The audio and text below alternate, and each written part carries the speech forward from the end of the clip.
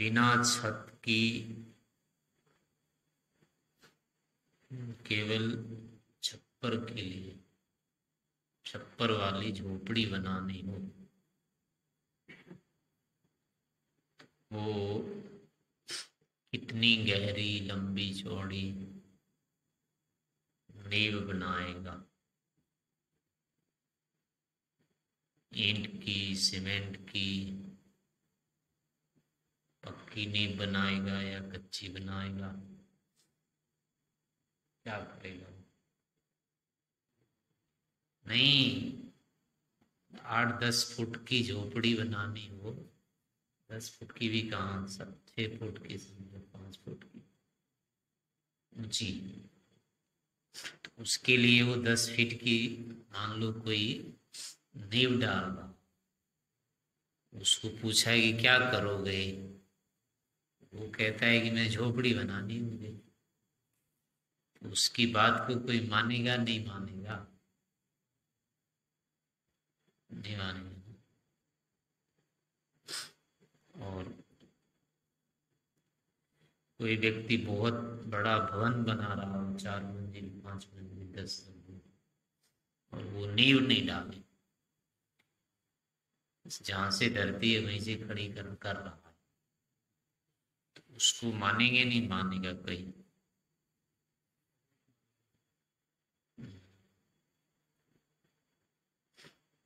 ऐसा क्यों होगा?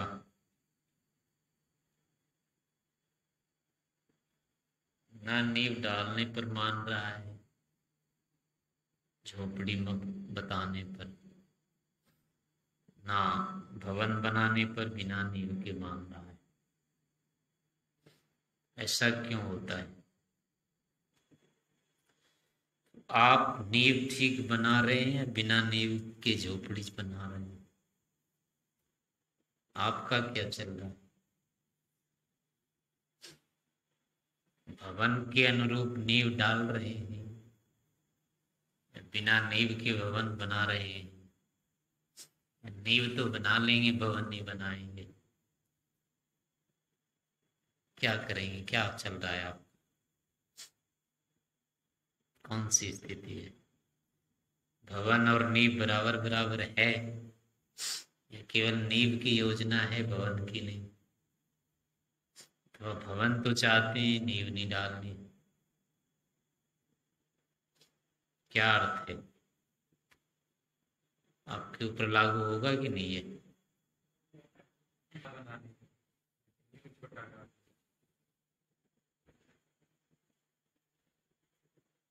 तो अपने जीवन में भी ऐसा ही होता है। जितना बड़ा हम लक्ष्य लेके चलते हैं, हमको उतनी अधिक तैयारी करनी होती है, उतना ही अधिक त्याग, उतनी अधिक तपस्या, उतना ही अधिक साधनों का संग्रह, उतना ही संयम, उतना ही यम नियम का पालन, उतनी ही विद्या, ये सारी चीजें करनी होती है। जिसका ईश्वर प्राप्ति लक्ष्य है, उसके लिए अनिवार्य होगा कि फिर वो विद्या ब्रह्मचर्येन तपसा श्रद्धया च, विवेक ज्ञान को प्राप्त करे।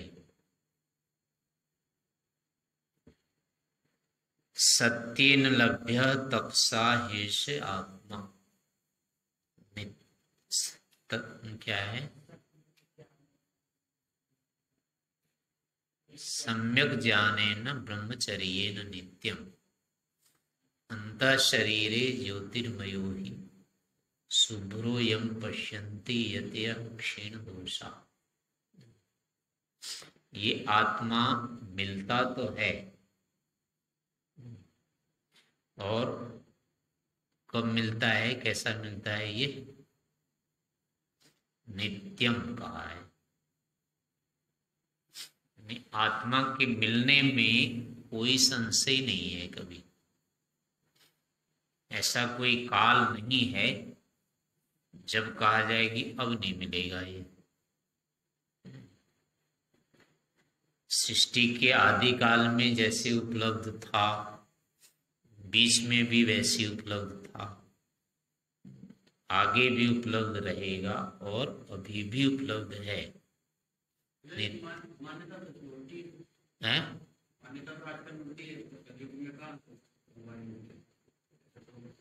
मान्यता तो उल्टी है, लेकिन तत्वतः स्थिति है ना। ये कह रहा है ना, नित्यम उपलब्धे सत्यम सत्येन लभ्य तपसा हेष आत्मा सम्यक ज्ञानेन ब्रह्मचर्येण। कब? नित्यम, नित्य उपलब्ध है ये। हमको ये लगता है कि पता नहीं ईश्वर मिलेगा कि नहीं मिलेगा, पहले को किसी को प्राप्त हो गया, आगे किसी को होगा कि नहीं होगा। तो ये सारी की सारी क्या है? हमारी भ्रांतियां हैं, संशय मात्र है। यानी वो वस्तुतः हमारा साधनों का संग्रह न करना है, पुरुषार्थ की न्यूनता मात्र है ये। वस्तुतः ईश्वर की अनुपलब्धि कभी है ही नहीं, कभी होती नहीं है। वो सदा ही प्राप्त रहता है, प्राप्य रहता है, सदा ही प्राप्त होने योग्य होता है। फिर भी हमको लगता रहता है पता नहीं होगा कि नहीं होगा, मिलेगा कि नहीं मिलेगा, मिलता भी है कि नहीं मिलता है।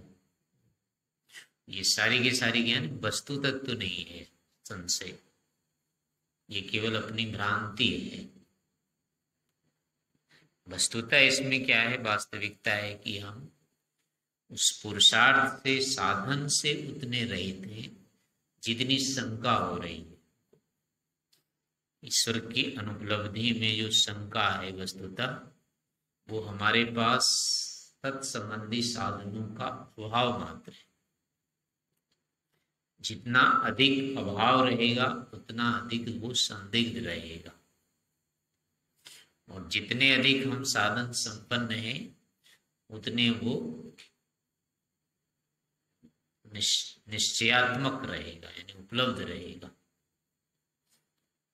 तद दूरे तदुअंतिके, जो जितना जितना मूर्ख होता है अर्थात अविद्या से जितना जितना ग्रस्त होता है उससे उतना उतना दूर होता है, और जो विद्या से जितना जितना युक्त होता है वो उसके उतना उतना निकट होता है। तदुअंतिके, तद दूरे तदुअंतिके, वो दूर से दूर होता है और निकट से निकट भी होता है। ऐसे ही है कि मिलेगा कि नहीं मिलेगा, मिलता है कि नहीं मिलता है आदि, किसी को मिला है कि नहीं मिला है, ये सब क्या होते हैं? ईश्वर की ओर से ये नहीं प्रश्न है शंका, ये केवल अपनी होती है, हमारी बेसमझी है ये बस। और ये बेसमझी वस्तुतः केवल पुरुषार्थ की न्यूनता के विषय में, साधन की न्यूनता विषयक है। यहाँ वस्तु तत्व है साधन की न्यूनता के। तो ईश्वर प्राप्ति जो है ये सबसे बड़ा लक्ष्य है, सबसे बड़ी उपलब्धि है, सबसे बड़ा निर्माण है, सबसे बड़ा संग्रह का परिणाम है। तो अब इसके लिए उसकी नींव भी वैसी ही चाहिए। जितने ऊंचे भवन बनेंगे उसकी नींव भी उतनी ही गहरी, मजबूत, लंबी चौड़ी रहेगी। अन्यथा उस पर बने हुए भवन पूरे तो बन ही नहीं पाएंगे, बन भी गया तो गिर जाएगा। तो नींव पूर्वक ही निर्माण होगा आगे का।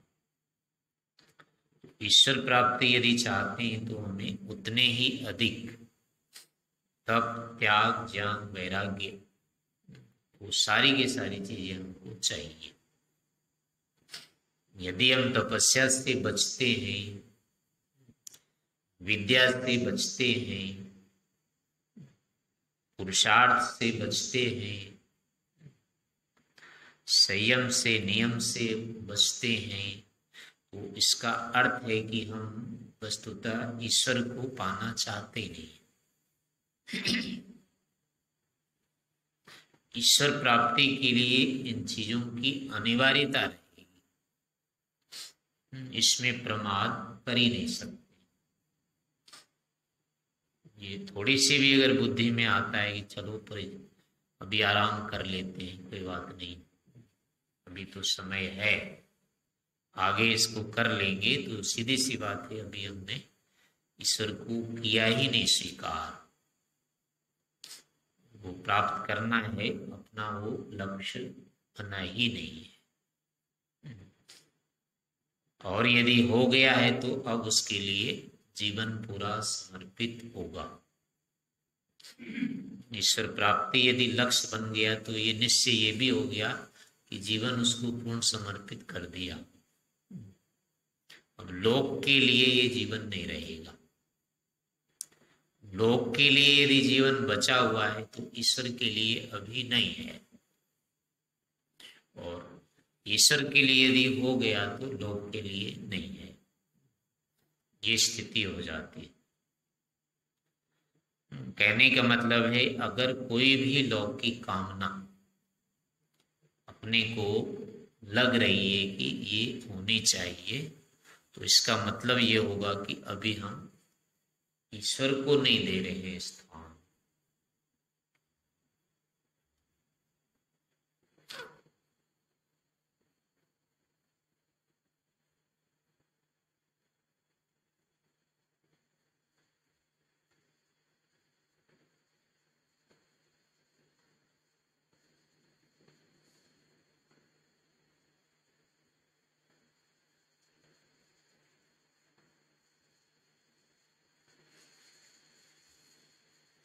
और ईश्वर के लिए हमारे मन में बन गया स्थान, तो चाहे अब कोई रोकता रहे कितना ही हमको, कोई कुछ भी कहेगा, कहता रहे, हमें वो नहीं सुनाई देगा, उस पर हमारा ध्यान नहीं जाएगा। तो ये ऐसी अनिवार्यता रहे। इस कारण से हमको सदैव देखते रहना चाहिए कि हमने पहले ईश्वर प्राप्ति का लक्ष्य बना लिया कि नहीं बनाया। प्रायः ईश्वर प्राप्ति लक्ष्य बनता ही नहीं। किसी न किसी रूप में हम लोक से ही जुड़ने का प्रयास करते रहते हैं। लोक का ही हमको महत्व दिखता रहता है, किसी, चाहे समाज के रूप में हो, चाहे व्यक्तिगत हो, चाहे राष्ट्र के रूप में हो, चाहे विश्व के रूप में हो, कैसे किसी न किसी तरह से अंत में हमारा जो संबंध रहता है वो लोक से ही रह जाता है।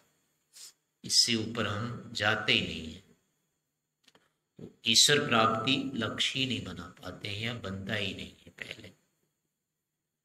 और बना भी लेते हैं, मान भी लेते हैं, तो अब हम उतना पुरुषार्थ नहीं करना चाहते हैं। उसके लिए जो विद्या चाहिए वो विद्या नहीं प्राप्त करना चाहते हैं। जो तपस्या करनी है उतने, उसके लिए वो तपस्या नहीं करना चाहते हैं। जो दृढ़ता चाहिए विचारों में, संकल्पों में, वो नहीं हम कर पाते हैं।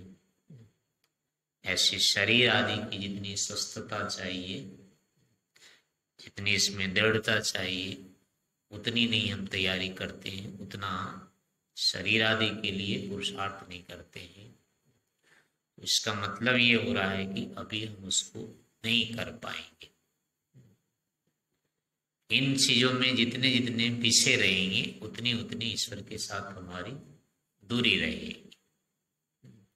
तो मन में ये निश्चय हो जाना चाहिए कि ईश्वर है और हमें उसको प्राप्त करना भी है, और निश्चय से उसकी प्राप्ति होती है। इतना यदि हो जाता है तो फिर अब केवल बचता है कि कैसे होगी, बस यानी वो विधि, उसकी पूर्ति फिर इस ज्ञान विज्ञान से होगी। योगाभ्यास या आध्यात्मिक मार्ग बिना ज्ञान विज्ञान के नहीं होता है, ये अनिवार्य है। ज्ञान पूर्वक ही ये होता है।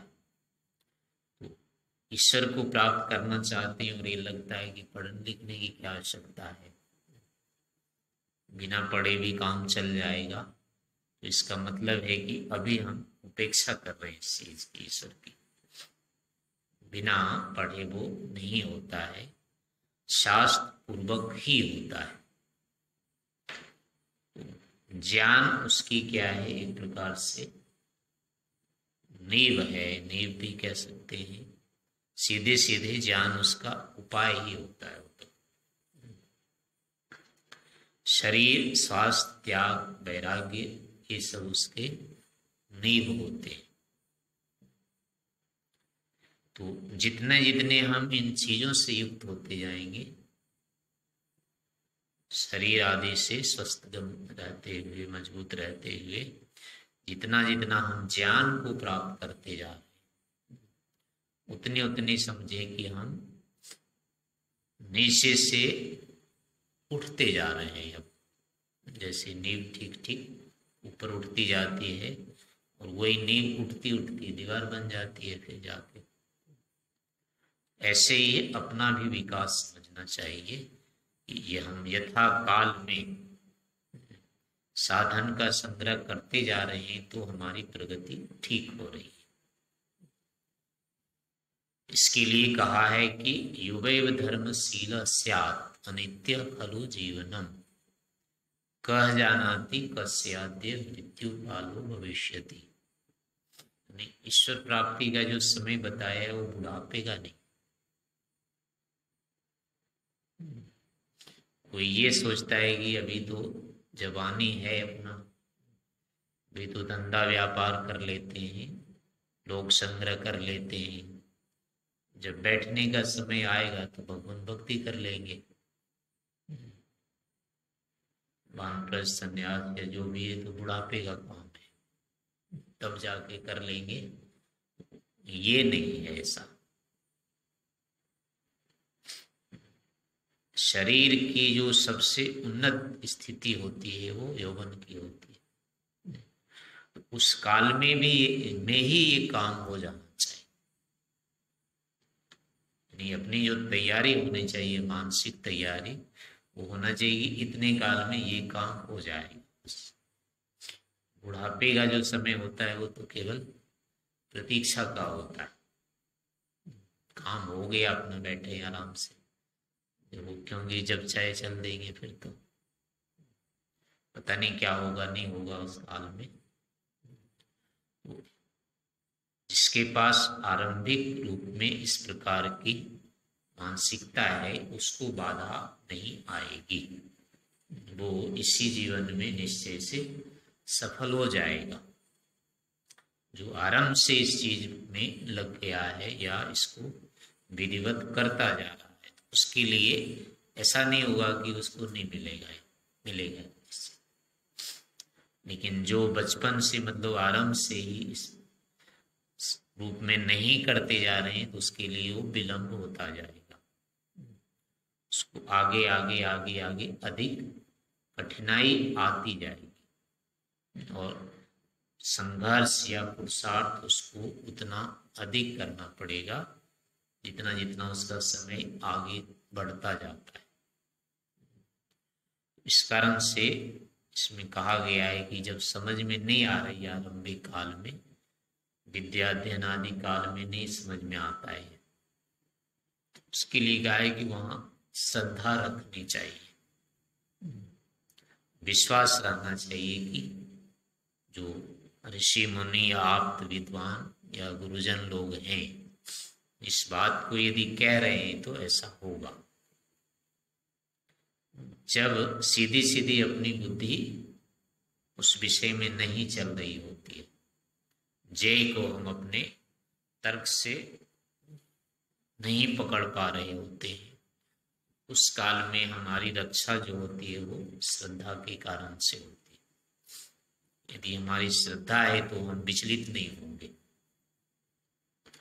चाहे जितना समय लग जाता है, चाहे जितनी परिस्थितियां आ जाती है, लेकिन श्रद्धा यदि हमारी बन गई है तो हम जुड़े रह जाएंगे, उससे विचलित नहीं होंगे। इस प्रकार से श्रद्धा पूर्वक इसमें चलने का होता है। श्रद्धा का अर्थ मतलब ये भी नहीं होना चाहिए आंख बंद करके चलने का नाम श्रद्धा है। श्रद्धा का मतलब होता है हाँ ठीक ठीक चल रहे हैं और आगे रास्ता का दिखना, जैसे चल रहे होते हैं तो आगे रास्ता दिखाई देता जाता है ना, हाँ ठीक रास्ते पर हम चल रहे हैं, तो वैसी स्थिति रहनी चाहिए। ये नहीं कि कुछ पता ही नहीं चले कहाँ जा रहे हैं, तो वो भी श्रद्धा नहीं है। ज्ञान पूर्वक होते रहना चाहिए, हाँ ऐसा होता ही है, निश्चय से ऐसा होगा, होता है, इसका नाम है श्रद्धा। सत का धारण करना, श्रद्धाति थी श्रद्धा। सत्य को, यथार्थ को, वस्तु तत्व को धारण जो किया जाना, ये श्रद्धा कहलाती है। जो सत्य ही नहीं है, विद्यमान ही नहीं, वस्तु नहीं है, तो धारण किसका हो तो फिर केवल उसको क्या कहेंगे, अंधश्रद्धा कहते हैं, या केवल आंख बंद करके चलने वाली बात है। अंधे नहीं व नियमाना यथांधा वाली बात हो जाए, वो अंध परंपरा हो जाती है। इस कारण से श्रद्धा जो होती है वो ज्ञान पूर्वक होती है। ज्ञान पूर्वक एक विश्वास जो होना है वो श्रद्धा कहलाती है, किंतु है ये अनिवार्य। बिना श्रद्धा के हम आगे इस क्षेत्र में नहीं बढ़ सकते। लौकिक क्षेत्र में तो चल जाता है, उसमें तो फल दिखाई दे जाते हैं, तो उसमें अपने आप विश्वास हो जाता है। यहाँ नहीं हो पाता है, इस कारण से यहाँ श्रद्धा की अनिवार्यता रहती है। तो मुख्य चीज ये होते हैं, आरंभिक चीज, इसमें हमारा शरीर जो होता है प्रधान कारण है। ये स्वस्थ रहना चाहिए, निरोग रहना चाहिए, बलवान रहना चाहिए।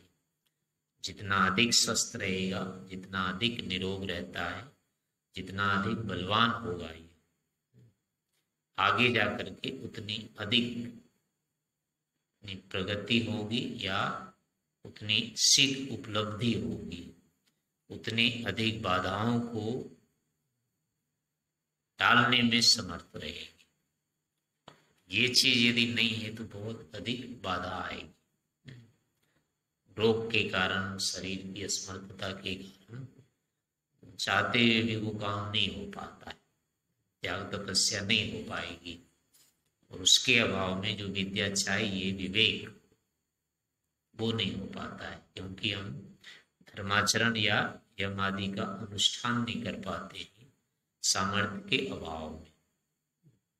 रोगी व्यक्ति इतना कर नहीं पाएगा, तो नहीं करेगा तो उसकी बुद्धि भी इतनी नहीं हो पाएगी। इस कारण से प्राथमिकता होती है कि, इसीलिए कहा है शरीर को, क्या कहा है, धैर्यम यस्य पिता,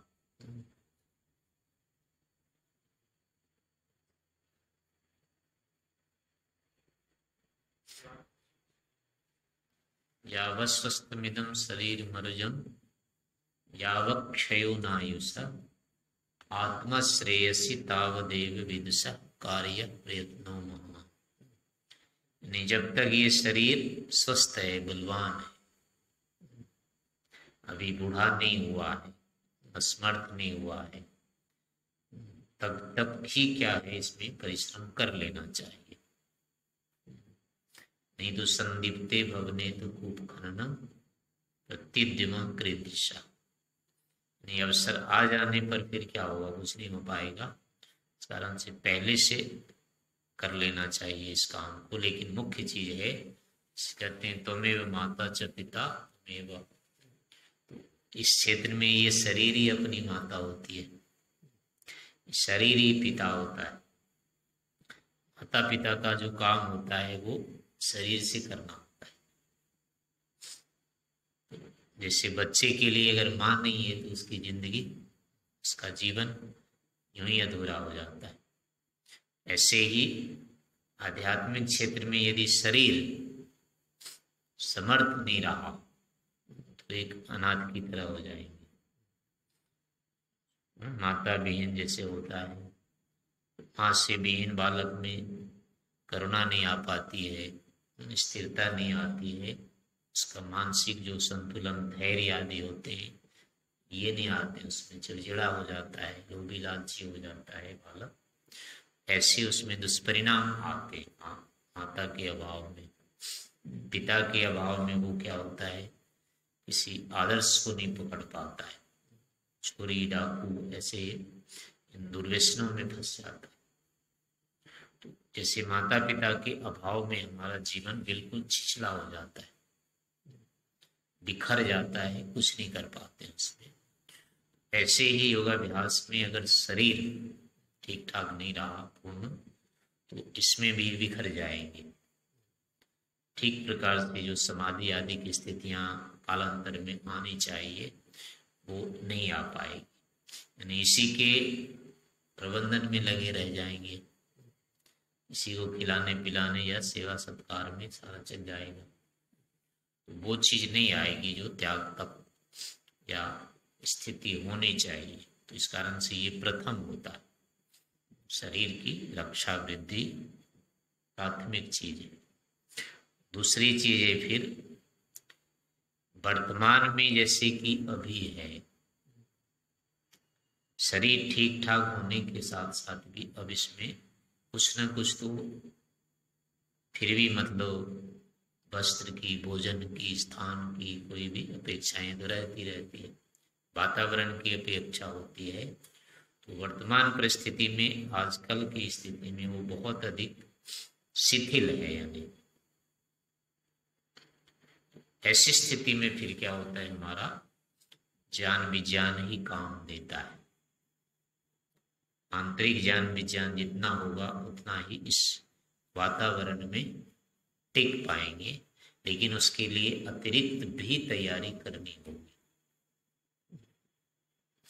ये सोच के चलना पड़ेगा कि आगे चल करके हमको कोई नहीं पूछेगा, तब क्या करेंगे। खाने को कोई नहीं देगा तब कैसे रहेंगे, पहनने को नहीं देगा, रहने को नहीं देगा, कोई बात नहीं करेगा, कोई साथी नहीं मिलेगा, कोई स्थान नहीं मिलेगा। तो ये सब भी क्या होती है कि अभी से पहले से मतलब इसमें विचारने पड़ते हैं कि कल को जाकर के क्या इसका करेंगे। यदि इसका समाधान नहीं होता है तो इसका मतलब है आगे जाकर के बिछुड़ेंगे इससे। यदि पहले से उपलब्धि नहीं हो जाती है, समाधि नहीं लग जाती है,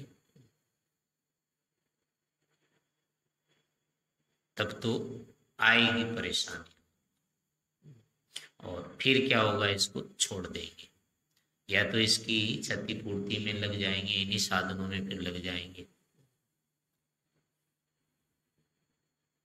और इसमें लग जाएंगे तो फिर वो कार्य रह जाएगा। तो इस कारण से इसमें यानी कि कल को हम पूरी तरह से अनाथ की अकेले हो जाते हैं, असहाय हो जाते हैं, दुर्घटना हो जाती है, हाथ पैर टूट जाते हैं, कोई विशेष रोग विशेष ही भोजन आदि के, आजकल भोजन भी ठीक ठाक नहीं मिलते हैं, भोजन पानी वायु आदि के कारण से भी हो सकता है, कोई रोग विशेष आ जाए। अब सेवा कौन करेगा,